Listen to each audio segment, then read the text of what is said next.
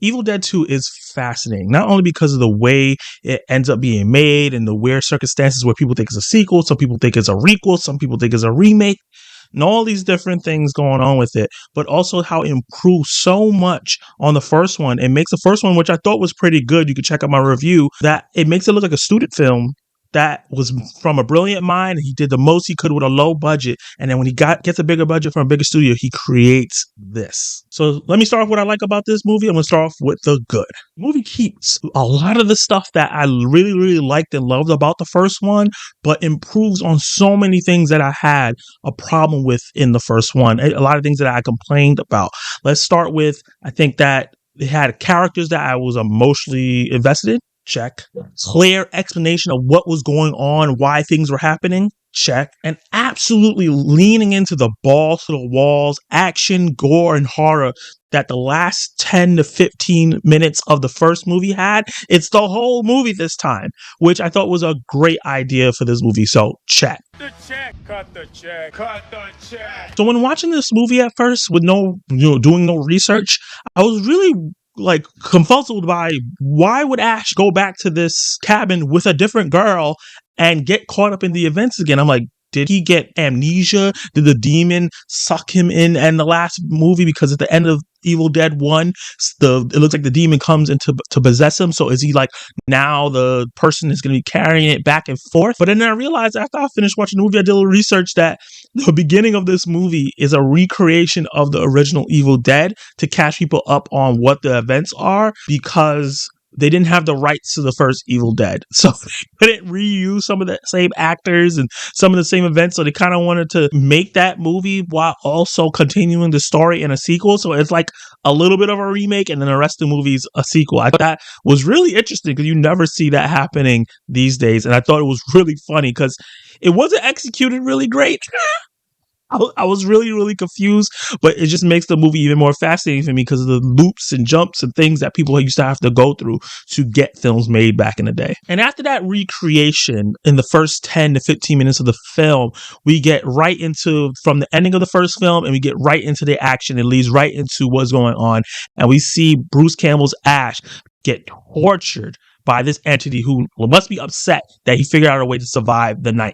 First hour of this film, after that little recreation, is like a character study, a zany character study of a man going stark crazy from trying to resist this demon from possessing him, which he does a little bit in the beginning. The prosthetic work was amazing. Some of the best looking demon work I've seen in a movie, and this movie was in the late 80s, I believe. Yeah, I think it came out in 87. So that's amazing that it looked that good. To him resisting and trying to find ways to get away, and then when he goes try to go back to the bridge, is completely gone. So that kind of helped, part of the reason why I had a little bit of problem with the first Evil Dead, because I was like, why don't they just leave? I know that the trees and stuff is coming, but if you get in a car and drive off, I'm pretty sure you can get out of here. But that added to the movie and it leveled it up for me in terms of it making sense. I love the opening crawl in the movie explaining what the book is, what these demons are, what is going on. I think that wasn't super clear in the first one, and I'm really glad that they explain it right from the top of the film, and then they do the recording and everything starts making sense. They even show the past when the first couple comes and brings that book to that cabin and what happens. So I thought all that was executed really well and really got me engaged, not only in what was happening with the zaniness, but the actual plot. And while Ash is getting tortured and brutally and just messed around with by this demon and gets bit by his ex-girlfriend who he chopped her head off and buried, it just went crazier and crazier as we go, and he finally gets the ex-girlfriend's head off his hand, and it ends up having to chop his hand off with a chainsaw because it became like a living dead, like life of its own. It was trying to do so many different things, and honestly, the hand deserves an Academy Award itself. It had so much personality that it could match up with the Thing from the Addams Family. And I gotta give all the props to Bruce Campbell. I think in the first one he was fine, but he kind of looked lost a lot of the times in the film and just confused. In this one, he is completely living in the zaniness of this world that Sam Raimi has built.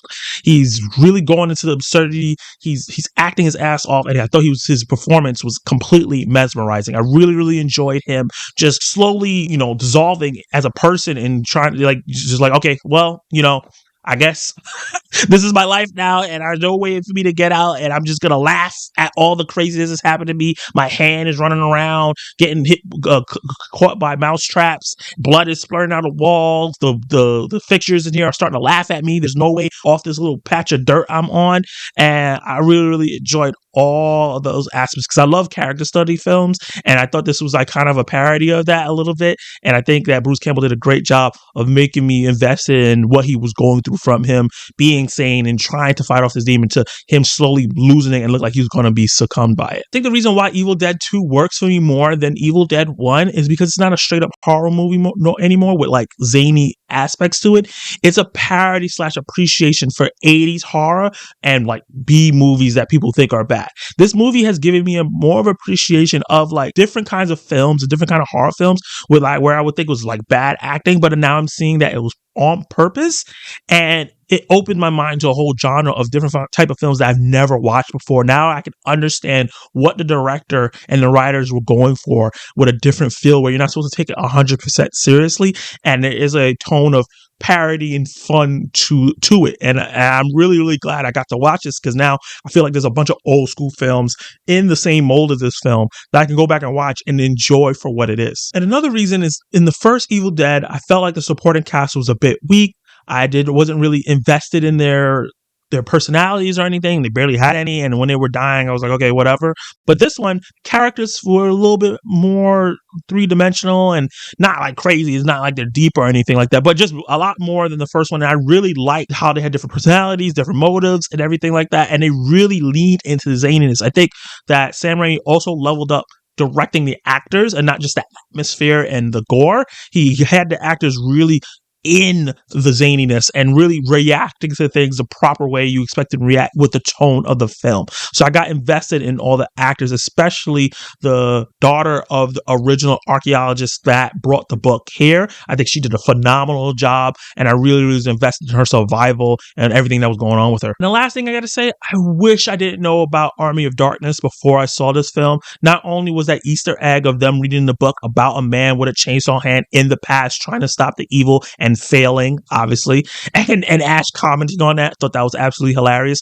But the ending of this film was absolutely insane, and I wish I knew. That was a surprise to me because I knew about Army of Darkness coming next. I kind of saw it going there, but it still was insane anyway. Just the way they did it, him going into the past, and now that's where he is. He's dealing with the monsters and the demons in the past. I think that's something that's absolutely crazy for a franchise to do, and I love it, because I think that for a franchise to continue, you can't do the same things over and over. Evil Dead 1 and Evil Dead 2, even though I think Evil Dead 2 is better, is still very similar to each other, almost because that kind of movie with a lot of the same tropes and things that happened in the first one recreated here but done to a new group. I think that I'm excited to go see Army of Darkness now, because it's going to be in a different setting, and he's a fish out of water. He's in the past. There is so many things, and we know kind of what is going to happen because in the book it says it's going to fail. So it's really the journey to that failure and seeing how that happens and why it happens. So I'm really excited to check that out because of how good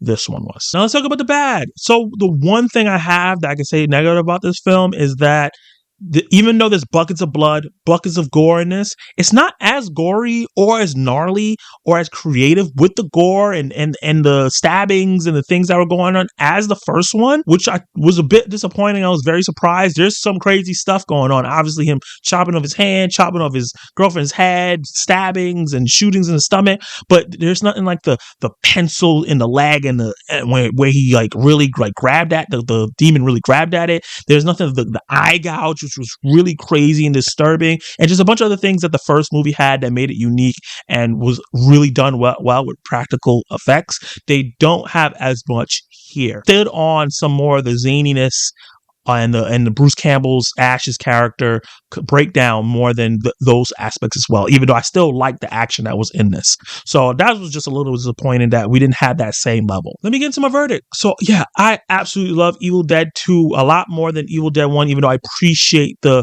low budget and what Sam Raimi was able to do with the low budget with that film. It's just there's a lot of fat in there that I think Evil Dead 2 cuts. So I really appreciate this a lot more. And I think that the acting and everything it just feels to me is way superior, except the fact that it doesn't have that practical gore the way the first one had. I think that this movie should be talked about amongst the best sequels of all time, like Terminator 2 and Aliens. And I'm really excited to see the next movie and the remake, because if it's at this level, I think I'm going to really, really enjoy it.